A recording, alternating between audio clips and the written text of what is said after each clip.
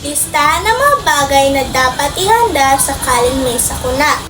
Hindi na mimili ng oras ang sakuna, kaya mahalaga maging handa upang tumaas ang tsansa na makaligtas sa peligro.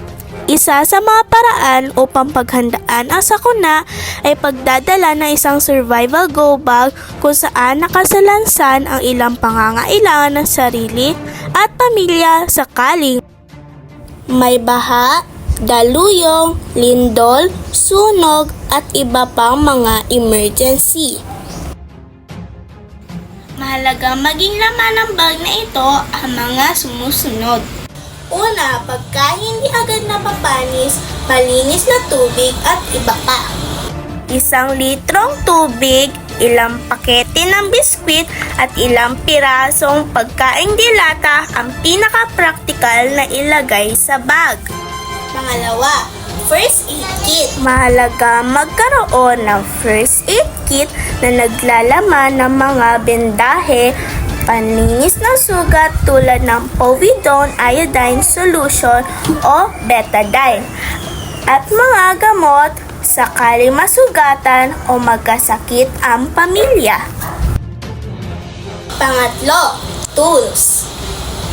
Kailangan magsama ng tools sa survival go bag dahil maaari ito maggamit sa iba't ibang sitwasyon, maging sa pagluluto o kaya sa pagtatayo ng iba't ibang istruktura.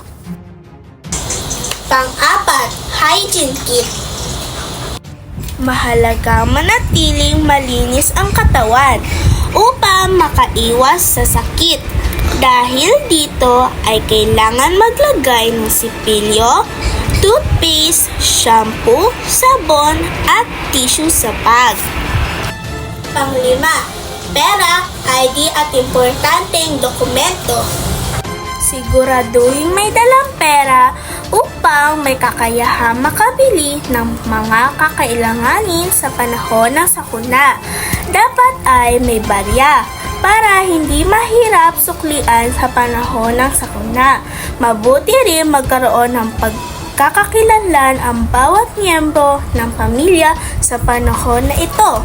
Pang-anim, power bank. Mahalaga may power bank para hindi agad maubusan ng baterya ang cellphone at iba pang electronic devices na maaaring magamit upang makausap ang ibang tao. Ito, ilaw at radyo. Maaaring maging madilim kung gabi at maaaring mawala ng kuryente. Kaya kailangan magdala ng flashlight at baterya, kandila at posporo. Mainam din kung makapagdadala ng radyo dahil mahalaga may mapagkukuhanan ng impormasyon sa panahon ng sakuna. Minsan ay ito rin ang matitirang paraan upang makipag-ugnayan sa ibang tao. At panghuli, magdasal. Sa panahon ng sakuna, laging tandaan, ligtas ang may alam.